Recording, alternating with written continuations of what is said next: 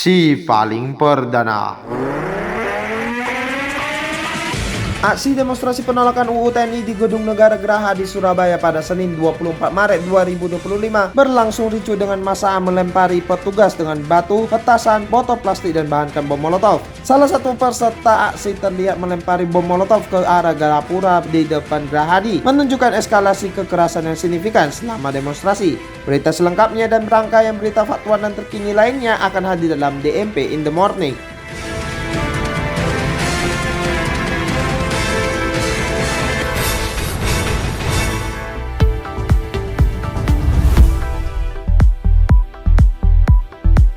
Assalamualaikum warahmatullahi wabarakatuh. Selamat datang di DMP in the Morning edisi Selasa 25 Maret 2025.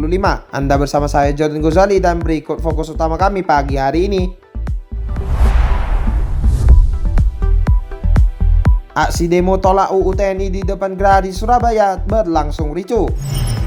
Badan Pengelola Investasi Danantara resmi umumkan kepengurusannya. IHSG ditutup melemah di tengah pasar wait and see data ekonomi Amerika Serikat.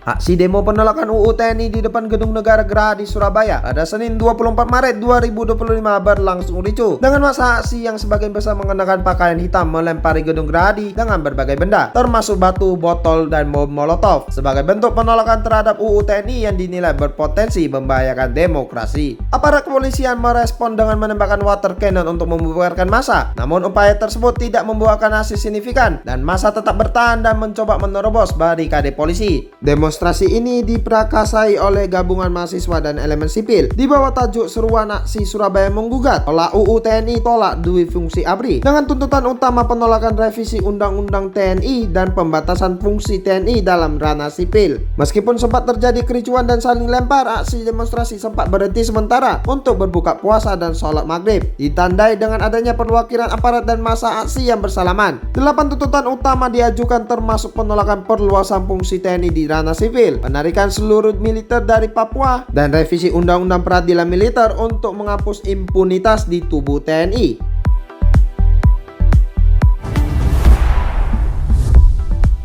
Bekas Perdana Menteri Thailand Thaksin Shinawatra secara resmi ditunjuk sebagai salah satu Dewan Penasehat Badan Pengelola Investasi Danantara bersama dengan tokoh-tokoh terkemuka lainnya seperti Ray Dalio, pendiri Bridgewater Associates, Helman Sihota, mantan CEO Credit Suisse Asia Pasifik, Jeffrey Sachs, ekonom pembangunan berkelanjutan, dan Chapman Taylor, Equity Portfolio Manager di Capital Group. Pengumuman tersebut disampaikan oleh BPI Danantara pada Senin 24 Maret 2025 dan menunjukkan komitmen Danantara untuk mendapatkan keahlian dan pengalaman luas dari para penasehatnya dalam mendorong pertumbuhan ekonomi yang inklusif dan berkelanjutan di Indonesia. Para Dewan Penasehat ini memiliki rekam jejak yang mengesankan di bidang masing-masing, mulai dari manajemen investasi global, perbankan investasi, ekonomi pembangunan, hingga manajemen portofolio investasi di pasar berkembang. Pengalaman mereka diharapkan dapat memberikan kontribusi signifikan bagi strategi investasi dan pengembangan ekonomi Indonesia. Thaksin Shinawatra selain latar belakang politiknya sebagai mantan Perdana Menteri Thailand, juga memiliki pengalaman bisnis yang luas di industri telekomunikasi melalui Shin Corporation yang menambah dimensi unik pada komposisi Dewan Penasehat BPI Danantara.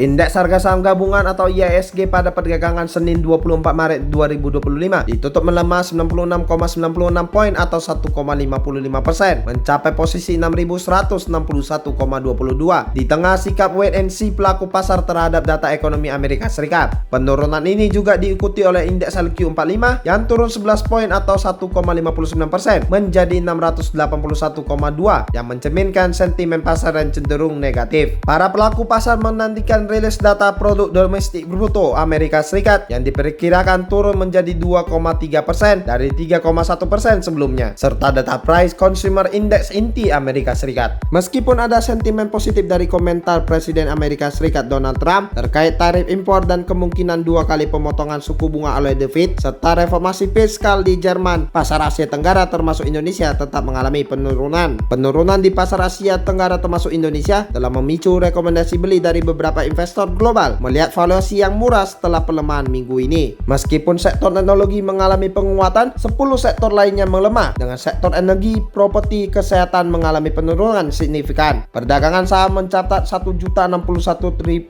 transaksi dengan nilai 14,34 triliun rupiah.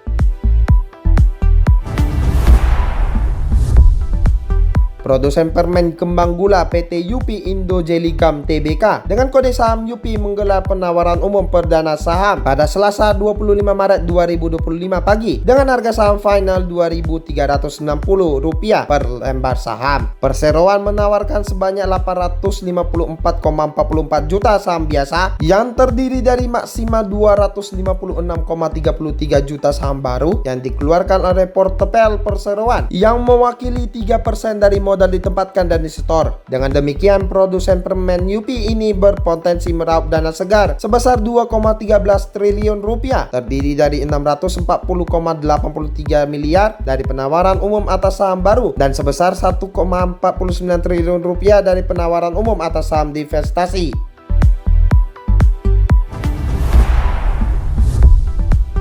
Rapat Umum Pemegang Saham Tahunan Bank Rakyat Indonesia atau BRI secara resmi mengangkat Heri Gunardi sebagai Direktur Utama yang baru menggantikan Sunarso. Henry Gunardi sebelumnya menjabat sebagai Direktur Utama PT Bank Syariah Indonesia Tbk sejak 1 Februari 2021 dan memiliki pengalaman panjang dan reputasi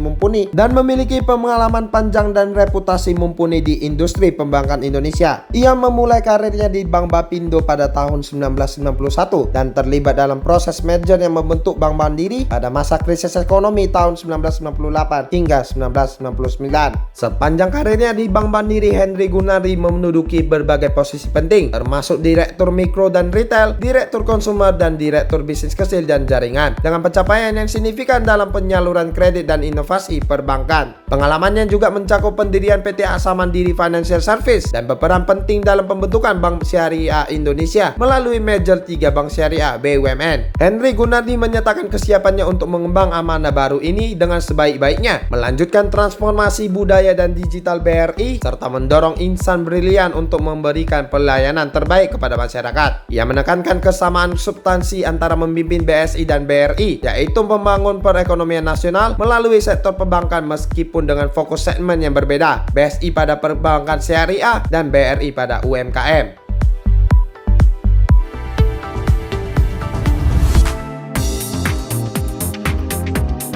Rans Simba Bogor berhasil menduduki puncak klasemen sementara Indonesia Basketball League atau IBL 2025 setelah melewati separuh musim kompetisi. Mereka mengumpulkan 24 poin dengan rekor 11 kemenangan dan 2 kekalahan, sejajar dengan Satria Muda Pertamina Jakarta yang berada di posisi kedua. Keunggulan Rans Simba Bogor ditentukan oleh kemenangan mereka atas Satria Muda dengan skor 84-82 pada pertemuan pertama kedua tim. Tim asuhan Anthony Gabrielotto ini menunjukkan performa impresif dengan menaklukkan 4 tim kuat yaitu Dewa United Banten, Pelita Jaya Jakarta, Prawira Bandung, dan Satria Muda Pertamina Jakarta. Rans Simba Bogor bahkan berhasil meraih 10 kemenangan beruntun, yang terakhir dengan mengalahkan Borneo Hornbills dengan skor 88-86.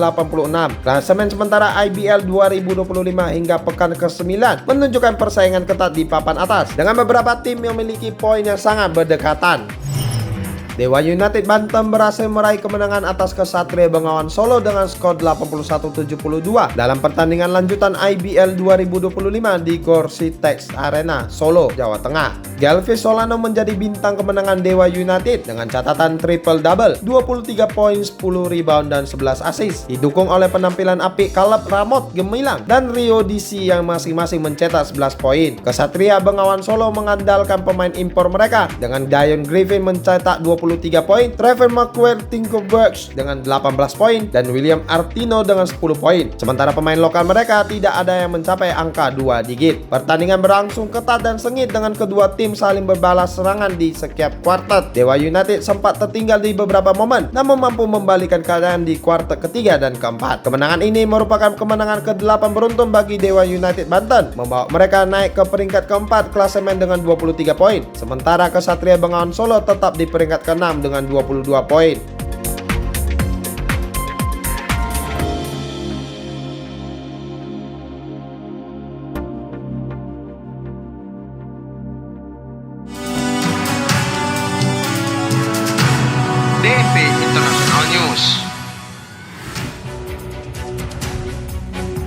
Pemerintah China secara tegas membantah laporan media yang menyebutkan bahwa mereka menolak permohonan suaka dari mantan Presiden Filipina, Rodrigo Duterte, dengan menyatakan tidak pernah menerima permohonan tersebut dari Duterte atau keluarganya. Juru bicara Kementerian Luar Negeri China, Guo Jiakyun, menekankan bahwa informasi yang beredar berasal dari sumber yang tidak jelas dan mungkin memiliki motif tersembunyi, sehingga meminta media untuk berhati-hati dalam memberitakannya. Sebelumnya beredar kabar bahwa Duterte ditolak suakanya di China sebelum penangkapannya di Manila berdasarkan surat perintah Mahkamah Pidana Internasional atau ICC terkait tuduhan kejahatan terhadap kemanusiaan atas kampanye perang anti narkoba.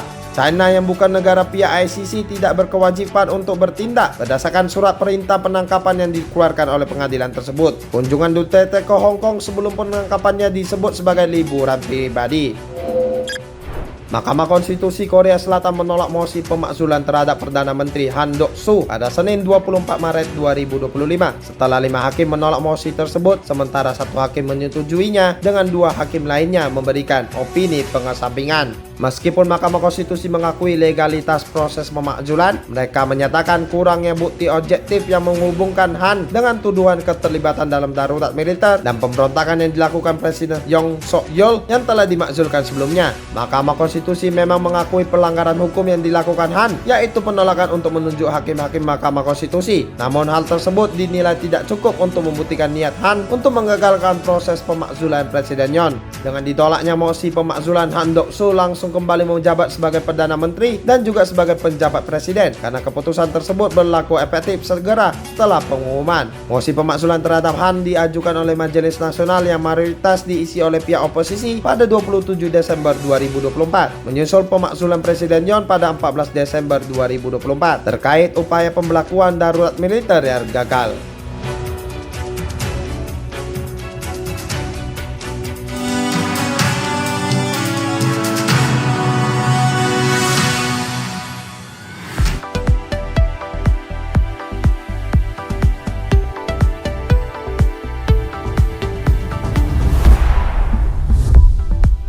Terima kasih sahabat DMP, Anda telah mendengarkan DMP in the Morning edisi hari ke-25 di bulan suci Ramadan. Dengarkan selalu podcast DMP Integrated News di kanal podcast kesayangan Anda dan juga kanal YouTube kami DMP Media Network. Mewakili kerabat kerja yang bertugas, saya Jordan Gozali pamit undur diri. Ini adalah DMP Integrated News Ramadan for you. Selamat pagi Indonesia dan selamat beraktivitas sahabat DMP.